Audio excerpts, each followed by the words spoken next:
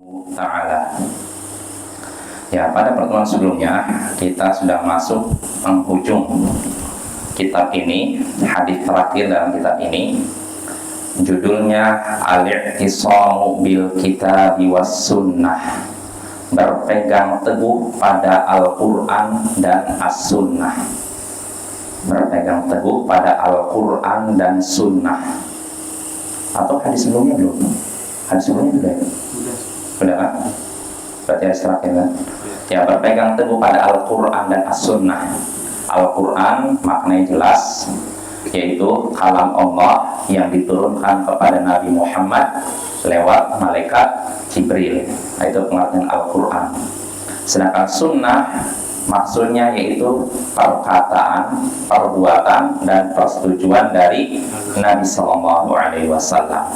Kedua-duanya Al-Quran dan As-Sunnah adalah sumber hukum dalam Islam. Ya, harus dua-duanya, tidak bisa cuma satunya saja. Tidak bisa cuma berpegang pada Al-Quran, tidak berpegang pada Sunnah. Ya, apalagi berpegang Sunnah tidak berpegang Al-Quran, nggak mungkin ya. Jadi harus dua-duanya. Kalau salah satunya saja bisa tersesat. Ya, kenapa? Al-Quran, Sunnah terutama, hadis atau istilah lainnya hadis, ini menjelaskan makna Al-Quran. Tanpa hadis, tanpa Sunnah, kita tidak akan paham isi Al-Quran. Ya, sebagai contoh sederhana saja, dalam Al-Quran Allah menyuruh kita untuk mengerjakan sholat. Betul? Wa aqimus sholat, kerjakanlah sholat. Cuma ada tidak caranya disebutkan dalam Al-Quran? Tidak ada. Jangankan caranya, jumlah rakaatnya saja tidak. Nah, cara sholat, jumlah rakaat ini bisa kita temukan di mana? Hadis Nabi, di dalam As-Sunnah. Makanya penting bagi kita berpegang teguh pada As-Sunnah. As-Sunnah menjelaskan apa yang ada dalam Al-Quran. Ya, banyak contohnya Bapak ya. Kalau kita tidak berpegang pada Sunnah, kita tidak paham, bisa jadi salah paham. Ya, ini judulnya berpegang teguh pada Al-Quran dan As-Sunnah. Kita langsung baca hadisnya. An Ibnu Abbasin, berkata Syekh Ali bin Yahya Al-Haddadi hafizahullah, An Ibnu Abbasin anna Rasulullah sallallahu alaihi wasallam khataban nasa fi hajjatil wada'. Faqal falya'isa syaitanu bi an yu'bada bi ardikum walakinnahu radiya an yuta'a fima siwa dhalik mimma tuhaqiruna min a'malikum fahdharu ya ayyuhan nas inni qad taraktu fikum ma in i'tasamtum bihi falan tadillu abadan kitaballahi wa sunnata nabiyhi sallallahu alaihi wasallam. Al-hadith rawahul hakim wa qala qad ihtajja al-Bukhari bi hadith Ikrimah wa ihtajja Muslimun bi Abi Uwais wa sa'iru ruwati muttafaqun alaihim walau syahidun min hadithi Abi Hurairah wa qala Ibnu Abdil Barr hadza mahfudun ma'rufun masyhurun 'anil Nabi sallallahu alaihi wasallam 'inda ahli al-'ilm syuhratan yakadu yustaghna biha 'anil isnad wa qala Al-Albani sanaduhu hasan. Dari Ibnu Abbas, semoga Allah meridai keduanya, bahwasanya Rasulullah sallallahu alaihi wasallam berkhutbah di hadapan manusia ketika haji wada. Beliau bersabda, sungguh setan telah putus asa untuk disembah di tanah kalian, akan tetapi dia ridha untuk ditaati pada perkara selain itu, yakni pada amalan-amalan yang kalian anggap remeh. Hati-hatilah wahai sekalian manusia, sesungguhnya aku telah meninggalkan untuk kalian sesuatu yang jika kalian berpegang teguh padanya, niscaya kalian tidak akan sesat selama-lamanya, yaitu kitab Allah dan sunnah nabinya sallallahu alaihi wasallam. Ini hadisnya diriwayatkan oleh Imam Al-Hakim, dan Imam Al-Hakim berkata hadis ini dipakai dalil Imam Al-Bukhari berhujjah dengan hadis Ikrimah. Hadis ini riwayat jalur perawatannya ada dari Ikrimah, dan Muslim berhujjah dengan Abu Uwais, dan seluruh perawi hadis ini disepakati kesahihannya. Dan hadis ini juga memiliki syahid pendukung dari hadis Abu Hurairah. Imam Ibnu Abdul Bar berkata, ini dari Nabi, hada mahfud, terjaga dan dikenal dan populer, terkenal dari Nabi menurut para ulama, dengan keterkenalan yang hampir-hampir tidak membutuhkan sanad. Dan Al-Albani berkata sanad hadis ini hasan, artinya hadis ini sangat populer, sangat terkenal, sehingga seakan-akan tidak butuh lagi sanad. Nah, ini maksudnya ya. Nah, ini hadisnya kita bahas. Di sini hadisnya dari Ibnu Abbas. Semoga Allah meridhai keduanya. Ibnu Abbas adalah anaknya Abbas, pamannya Nabi, dan juga istilahnya saudara sepersusuannya. Abbas bukan Abbas, Hamzah gitu. Maaf. Ini Abbas cuma pamannya ya. Ibnu Abbas sepupunya Nabi. Dan Ibnu Abbas bahwasanya Rasulullah SAW berkhutbah di hadapan manusia ketika haji wada.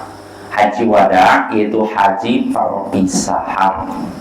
Karena setelah haji tersebut tidak berapa lama beliau meninggal sallallahu alaihi wasallam. Ini haji perpisahan. Haji perpisahan, haji terakhir Nabi sebelum beliau meninggal dunia. Nah, dalam haji wada tersebut beliau berkhutbah. Isi khutbahnya, sungguh setan qad ya'isa syaitan bi an yu'bada bi ardikum. Sungguh setan telah putus asa untuk disembah di tanah kalian. Setan telah putus asa untuk diibadahi di tanah kalian, di negeri kalian. Negeri apa maksudnya? Arab, maksudnya Jazirah Arab. Jadi Nabi di sini mengabarkan setan itu sudah putus asa untuk disembah lagi, karena Islam sudah tersebar hampir di seluruh Jazirah Arab, di Mekah, Madinah, sampai perbatasan Yaman, sampai ke Bahrain, sampai mendekati Syam. Islam sudah tersebar di Jazirah Arab. Nah, karena sudah tersebar, setan merasa putus asa lagi untuk terjadinya syirik, maksudnya gitu, penyembahan terhadap berhala. Karena dulu sebelum Nabi Muhammad utus, orang-orang Arab menyembah berhala, banyak melakukan syirik. Setelah Islam tersebar di mana-mana, setan pun merasa putus asa untuk terjadinya lagi syirik. Setan putus asa orang-orang Arab akan beribadah lagi kepada berhala. Nah, ini maksudnya setan itu sudah putus asa untuk disembah di tanah kalian, di negeri kalian. Ini kan prasangka setan, yang namanya prasangka setan bisa jadi benar, bisa jadi salah. Jelas ya, sama kayak manusia. Saya berprasangka nanti akan datang presiden ke si Beirut. Prasangka saya bisa jadi benar, bisa jadi tidak. Jangankan prasangka loh, yang sudah diucapkan saja bisa jadi perubahan, ya tidak. Ini contoh nyata, dulu pernah rencana datang gubernur, sampai rombongan kan, sampai udah siap-siap Islam Center menghiasi ini, ternyata batal, mendadak batalnya. Batal itu udah diucapkan, bukan perencanaan. Kalau perencanaan mungkin aja udah direncanakan, nanti ternyata batal, ya itu wajar. Ini sudah mau datang, udah tinggal istilahnya berangkat gitu, ternyata mendadak batal. Nah, kalau sesuatu yang sudah diucapkan saja bisa batal, apalagi sekadar prasangka, dugaan, perkiraan. Jadi setan ini menyangka, udah putus asa dia menyangka nggak akan ada lagi syirik di tanah Arab, tidak akan ada lagi penyembahan terhadap berhala di tanah Arab. Ini prasangka dia, bisa jadi terwujud dan bisa jadi tidak, dan kenyataannya tidak terjadi. Ternyata tetap ada penyembahan pada berhala, tetap ada syirik, ya Bapak ya. Nah, ini maksudnya sungguh setan telah putus asa untuk disembah di negeri kalian, telah putus asa untuk diibadahi di negeri kalian, di Jazirah Arab. Walakinnahu radiya an yuta'a fima siwa dzalika mimma tuhaqiruna min a'malikum. Ya, akan tetapi dia ridho, rela ditaati selain itu, yaitu dalam melakukan amalan-amalan yang kalian anggap remeh. Artinya begini, setan udah putus asa nggak akan ada lagi syirik, orang-orang nggak akan menyembah berhala. Ya udahlah, saya putus asa nggak ada. Yang penting setan, karena syirik nggak mungkin ada, dia sudah ridho kalau orang-orang di Jazirah Arab melakukan amalan-amalan yang mereka anggap remeh. Amalan apa maksudnya? Amalan dosa kecil. Nah ini, jadi setan putus asa kalau akan ada syirik lagi di tanah Arab, tapi tidak putus asa orang-orang melakukan dosa kecil, dianggap remeh. Nah ini maksudnya, soal jelas ya. Jadi setan ini udah putus asa akan ada lagi syirik di tanah Arab, udah putus asa. Makanya dia tetap punya keyakinan kalau syirik tidak ada, dosa-dosa kecil tetap dilakukan oleh orang-orang. Dia senang, dia udah merasa puas orang-orang melakukan dosa-dosa kecil. Jelas apa ya? Ini maksudnya nih. Jadi setan sudah ridho, dia sudah putus asa akan adanya lagi syirik di tanah Arab, udah putus asa, nggak mungkin kayaknya. Nah, makanya dia ridho kalau orang-orang menaatinya dalam melakukan amalan-amalan dosa yang dianggap remeh, yaitu dosa-dosa kecil. Ya. Maka di sini Nabi menyatakan, fahdharu ya ayyuhan nas, hati-hatilah wahai manusia. Artinya Nabi tetap mengingatkan, jauhilah dosa-dosa kecil, karena dosa kecil kalau dilakukan terus-menerus jadi besar. Makanya ada ungkapan di dalam bahasa kita, sedikit demi sedikit lama-lama jadi bukit kan, sedikit-sedikit terus besar. Nah ini bahayanya. Maka jangan menganggap remeh dosa kecil. Ya, memang dosa yang kecil, tapi di hadapan siapa kamu berbuat dosa? Nah itu maksudnya ya. Jadi Nabi mengingatkan supaya umatnya tidak terlena, terbuai, tertipu. Karena sebagian orang akan dosa kecil.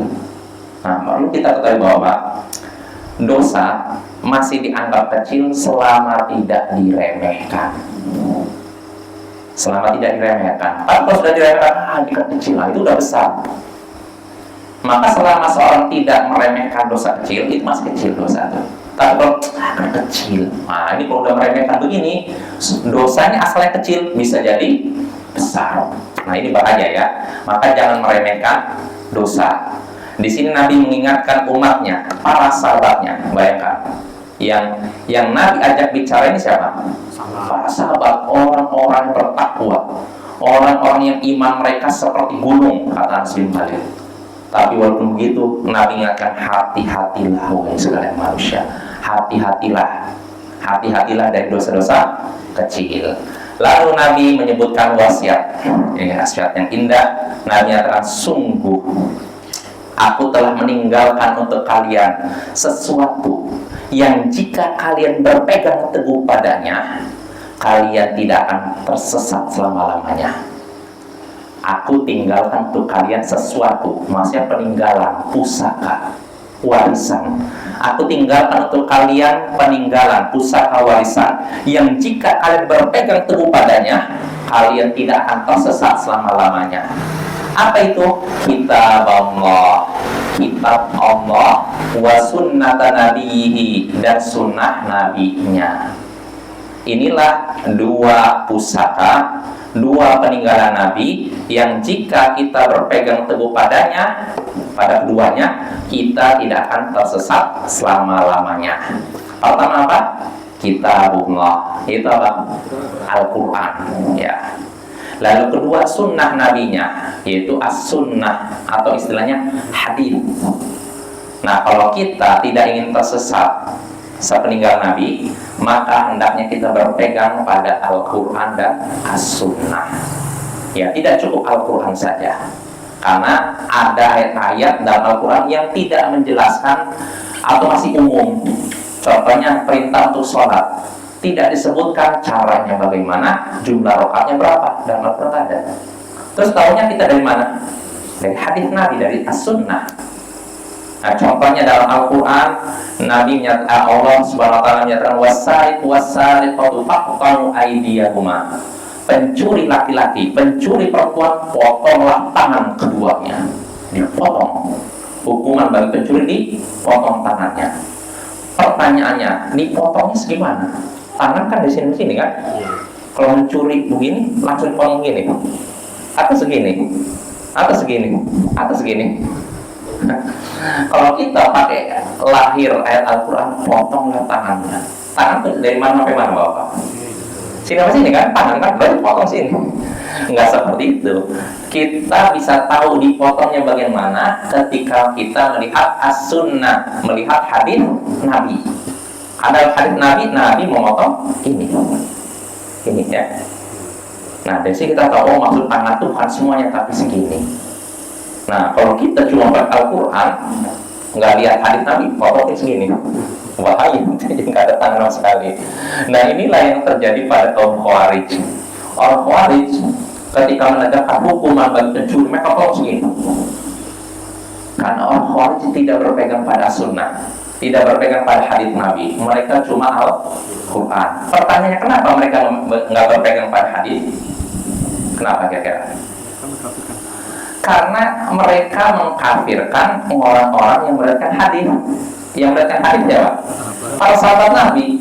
Para sahabat Nabi mereka katakan kafir, orang murtad, nggak bisa dipercaya.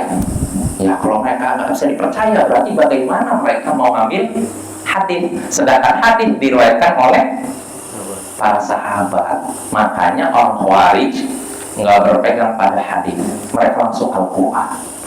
Akibatnya tersesatlah mereka. Banyak mereka punya pendapat-pendapat yang ganjil bin aneh bin ajaib. Di antaranya, contohnya mereka mewajibkan wanita haid untuk mengganti sholatnya. Jadi kalau misalnya ada wanita sedang haid selama 5 hari, sholat tidak? Tidak kan? Libur ya. Nah menurut Khawarij, nanti kalau sudah selesai haidnya, sudah suci, sholat selama 5 hari harus dikerjakan, diganti. Jadi dalam sehari ada 5 sholat, 5 hari berarti 25 sholat. 25 sholat dikerjakan. Ini orang Khawarij. Kenapa mereka seperti itu?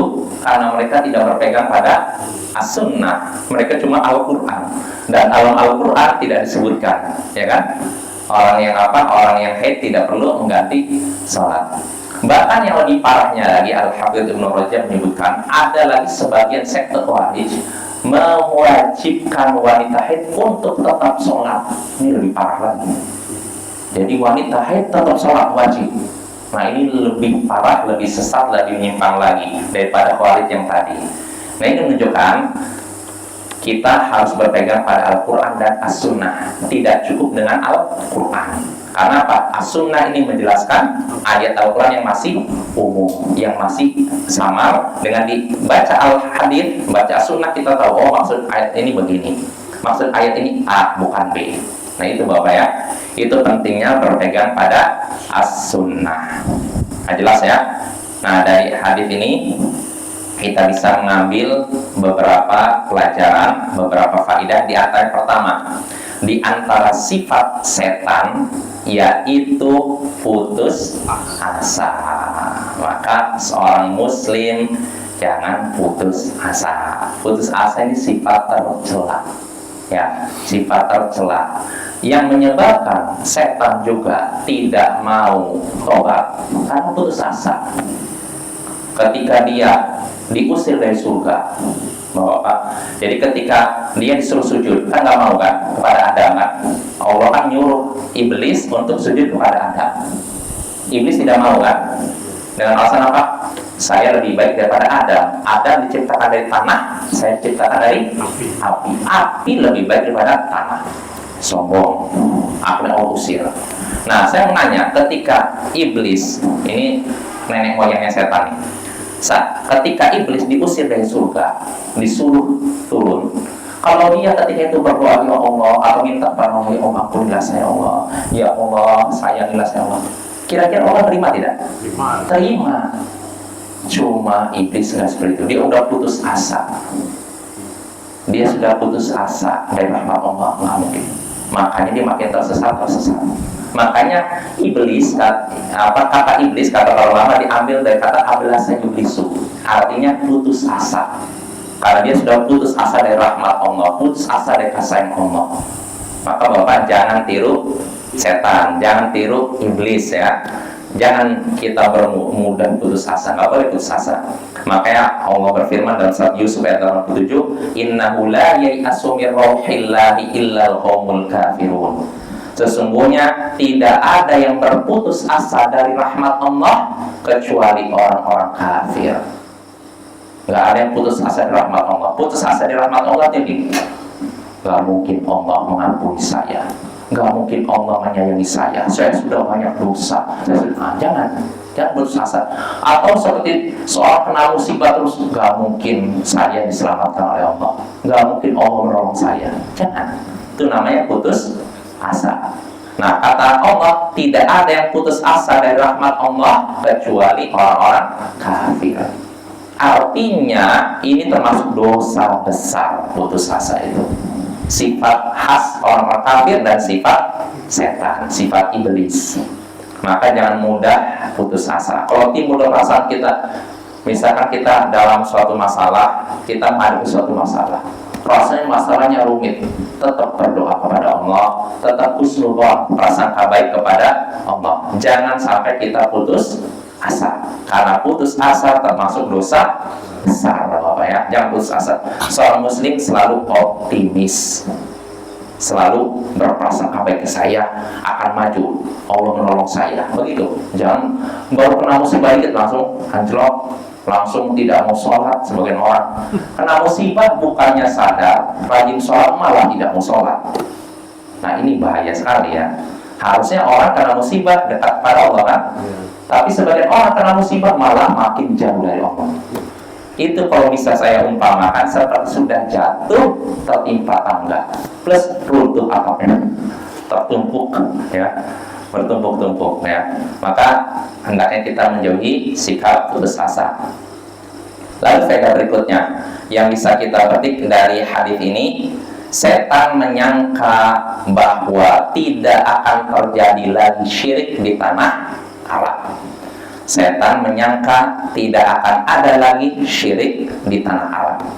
Dia menyangka tidak akan ada lagi orang-orang yang menyembah berhala. Ini prasangka setan. Dan sekali lagi, prasangka setan bisa jadi benar, bisa jadi tidak. Dan yang benar apa?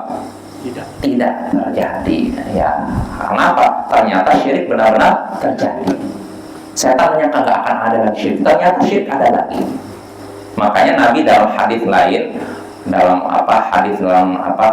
kitab Sahih menyatakan la taqum sa'atah hatta ta'budu fi'amun min ummati al-awthan. Tidak akan terjadi hari kiamat sampai sekelompok dari umatku menyembah berhala. Berarti ada tidak yang akan menyembah berhala? Ada. Umatku berarti kira di tanah Arab. Jadi tanah Arab nanti akan ada lagi menyembah berhala.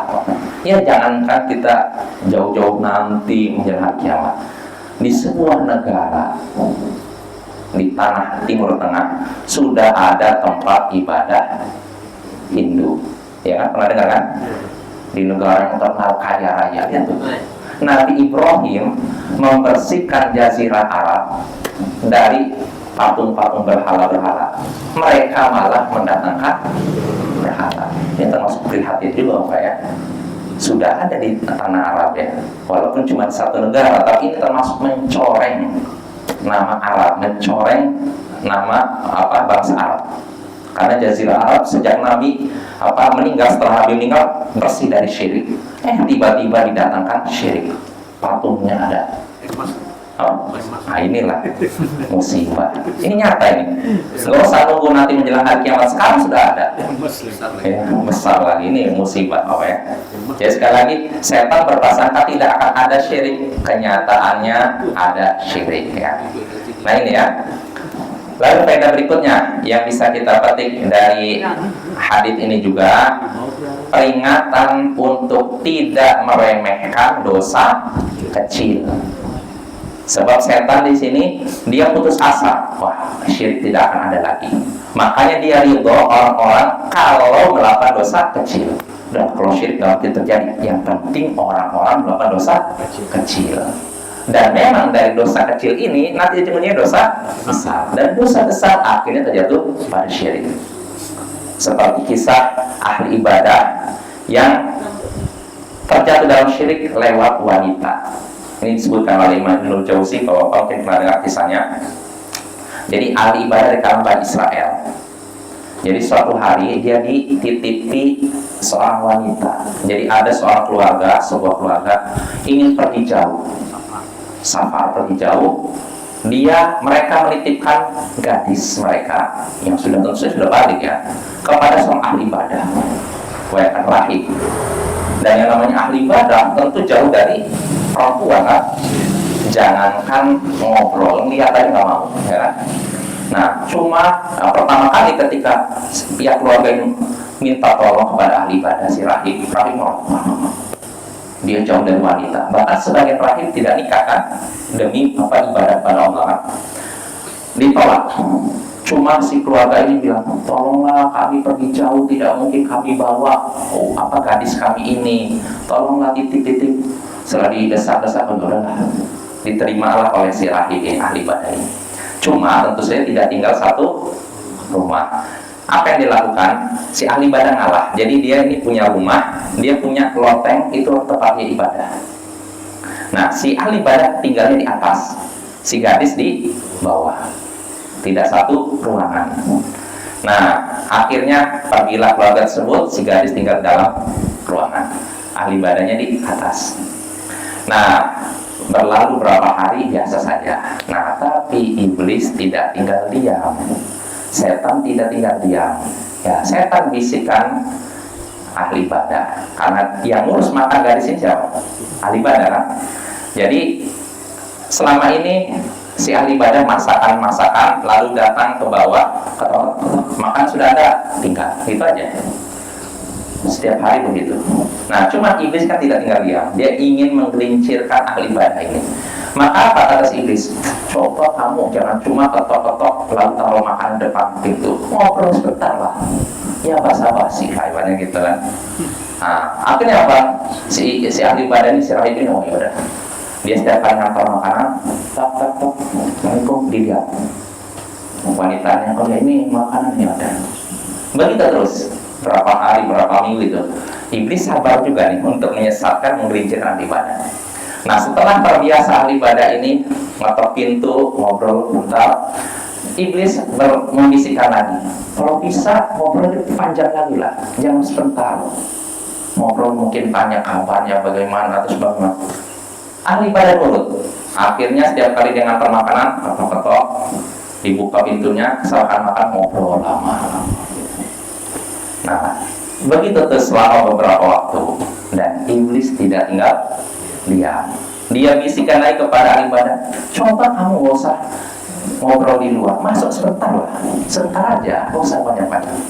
Akhirnya ahli ibadah ini, si rahib ini nurut. Dia pun turun, ketok-ketok pintu, dibuka, masuk sebentar, ngobrol sebentar aja. Nah, terus begini berlalu beberapa waktu, sampai sudah jadi terbiasa. Nah, iblis tidak tinggal diam lagi. Iblis bisikan lagi, coba kamu masuklah ke dalam lagi, ngobrol lebih lama lagi. Akhirnya si ahli ibadah ini nurut. Dia mengikuti bisikan iblis, dia masuk ke dalam ini, ruangan bawah itu, naruh makanan, masuk ke dalamnya, ngobrol panjang. Begitu terus berapa waktu, dan iblis sekali lagi terus mancing dia. Setelah dia sudah terbiasa masuk ke dalam ruangan bawah, ngobrol-ngobrol, iblis bisikan lagi, coba kamu duduk di dalam, ngobrol lebih lama. Akhirnya si rahib ini benar-benar mengikuti bisikan iblis. Dia masuk, buka pintu, dibukakan pintunya oleh si gadis, masukkan makanan, masuk ke dalam, duduk bersama. Nah, disitulah iblis bisikan untuk melakukan hubungan terlarang. Akhirnya terjadilah perzinahan.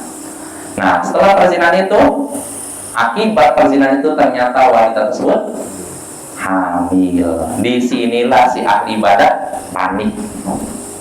Ini disebutkan dalam kitab Talbis Iblis, Bapak ya, oleh Imam Ibnul Jauzi.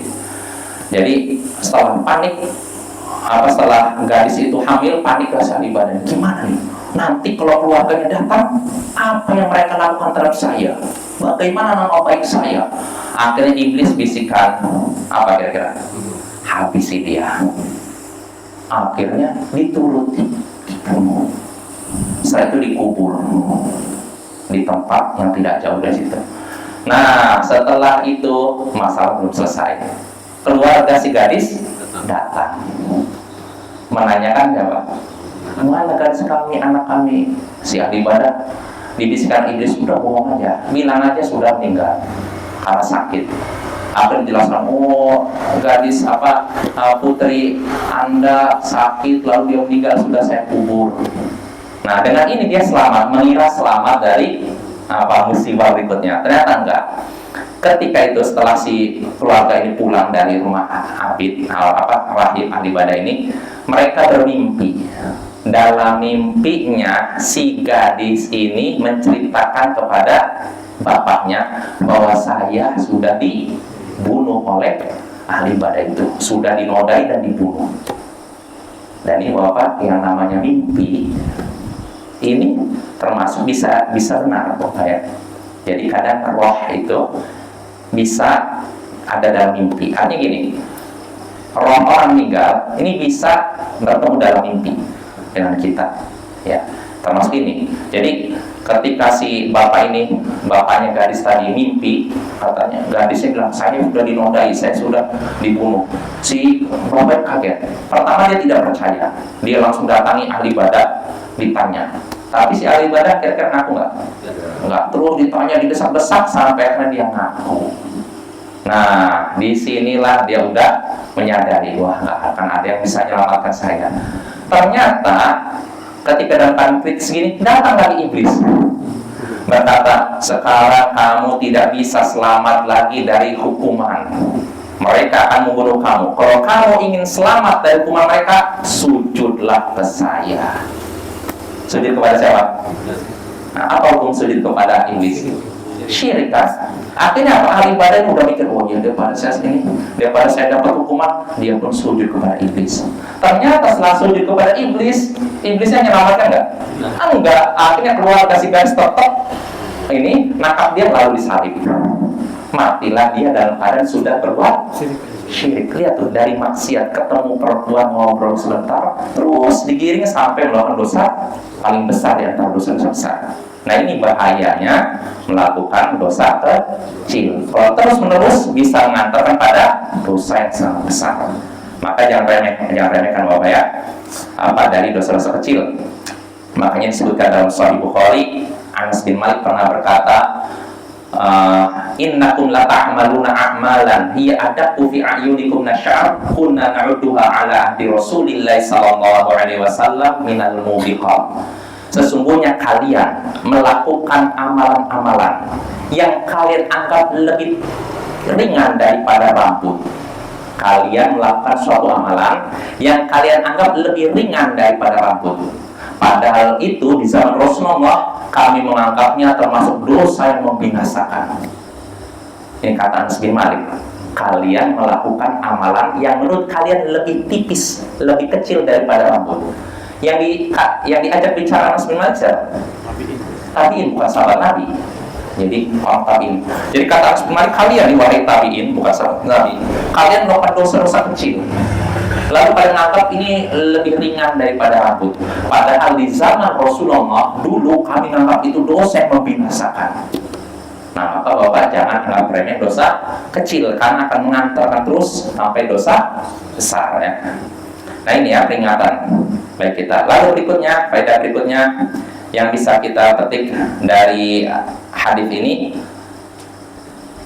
berpegang teguh pada Al-Quran dan As-Sunnah adalah kunci keselamatan dari penyimpangan dan kesesatan. Jadi kalau kita ingin selamat, tidak tersesat, tidak menyimpang, berpegang teguhlah pada Al-Quran dan As-Sunnah. Berpegang pada Al-Quran dan hadis Nabi. Ya, ini siapapun orangnya, kalau ada orang yang kita anggap panutan, kita boleh mengikuti perkataannya, pendapatnya selama sesuai dengan Al-Quran Sunnah. Nah, perlu kita ketahui Bapak, ada riwayat lain yang menyebutkan Nabi memerintahkan untuk berpegang pada Al-Quran dan ahli baitnya. Dalam hadis Sahih Muslim, inni tarikun fikum tsaqalain, kitabullah fihi huda wa nur. Aku tinggalkan untuk kalian dua peninggalan berat. Artinya sesuatu yang perlu kalian jaga karena berat. Apa itu? Kitab Allah. Di dalamnya ada petunjuk dan cahaya. Nabi menyebutkan, kata Zaid bin Nabi menekankan untuk menjaga kitab Allah Al-Quran. Lalu kata Nabi, wa ahla baiti, wa ahlu baiti, dan juga keluargaku, keluarga rumahku, ahlu bait, yaitu Nabi dan keluarganya. Dan ahli baitku, keluargaku, udzakirukumullah fi ahli baiti. Aku ingatkan kalian tentang ahli baitku, keluargaku. Aku ingatkan kalian tentang keluargaku. Aku ingatkan kalian tentang keluargaku. Nah, di sini Bapak, Nabi menyatakan, aku tinggalkan untuk kalian dua perkara, Al-Quran dan ahli bait.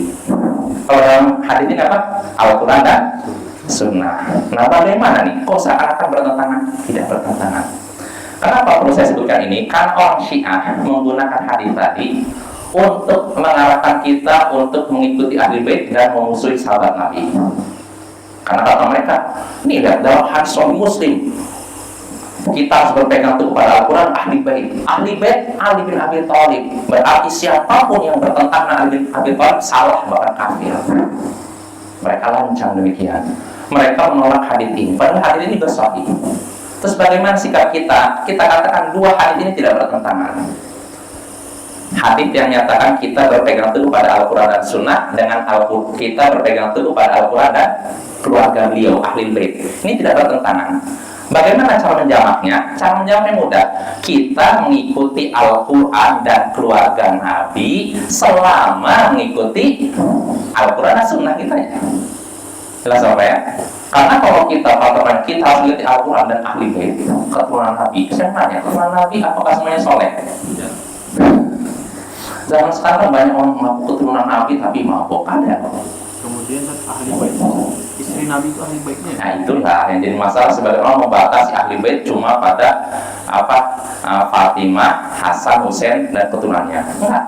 Istri-istri Nabi ahli bait. Abbas pun ahli bait. Ya. Jadi walaupun banyak ahli bait, cuma sebagian orang membatasi ahli bait cuma keturunan Hasan dan Husain. Nah ini keliru ya. Maka kesimpulannya ahli bait itu keluarga Nabi dari Bani Hashim dan ke bawah, keluarga Ja'far, Uqail, Ali, nah terus ke bawahnya, Abbas ke bawahnya, dan banyak berarti kan. Nah kita mengikuti ahli bait selama mereka berpegang teguh pada Al-Quran dan Sunnah. Kalau mereka berpegang teguh pada Al-Quran dan Sunnah, kita ikuti mereka. Ya contohnya siapa? Ali bin Abi Thalib, siapa lagi? Ja'far As-Shadiq, Hasan, Husain, dan yang lainnya. Aisyah, Fatimah, Ummu Salamah, Hafsah, dan para sahabat lainnya termasuk ahli bait. Ya, jadi kesimpulannya dua hadis tadi tidak bertentangan. Kesimpulannya tetap sumber hukum dalam Islam dua, Al-Quran dan As-Sunnah. Adapun selain keduanya, ngikuti keduanya. Jelas apa ya? Jadi ahli bait, kita ikuti ahli bait selama berpegang teguh pada Al-Quran dan Sunnah. Begitu juga para sahabat. Kita ngikuti para sahabat, ngikuti Abu Bakar selama pendapat Abu Bakar sesuai dengan Al-Quran dan Sunnah. Tapi kalau bertentangan, kita tolak. Kita tetap mengikuti Al-Quran dan Sunnah. Jelas apa ya? Dengan ini kita selesai. Jadi pada pertemuan berikutnya, insya Allah kita masuk kitab baru. Tadinya saya udah bawa kitabnya ini, kalau memang selesainya cepat, ternyata alhamdulillah selesainya agak lambat ini. Jadi insya Allah pertemuan berikutnya bukunya mungkin Bapak ya, yang saya rencanakan kitab tentang hadis juga, Bahjatu Qulubil Abrar wa Qurratu Uyunil Akhyar. Ini karya Syekh Abdurrahman bin Nasir As-Sa'di. Nah ini kitabnya sengaja saya pilih karena pembahasan hadis lengkap, mencakup masalah akidah, fikih, usul fikih, qawaid fikih, dan akhlak. Jadi bukan cuma akidah saja, ini lebih lengkap lagi. Jadi kita belajar ini, dengan itu kita punya kaidah-kaidah dalam masalah fikih, akidah, akhlak, tauhid, dan semacamnya. Jadi lebih lengkap apa ya. Insya Allah ini akan kita bahas pada pertemuan berikutnya. Kalau memang sudah ada kitabnya, dengan kitabnya. Kalau tidak ada, berarti pakai HP lagi ya. Nggak masalah. Yang penting kita tetap belajar ya. Ya mungkin itu saja, kurang lebihnya mohon maaf. Subhanakallahumma bihamdik asyhadu an la ilaha illa anta astaghfiruka wa atubu ilaik. Assalamualaikum warahmatullahi wabarakatuh.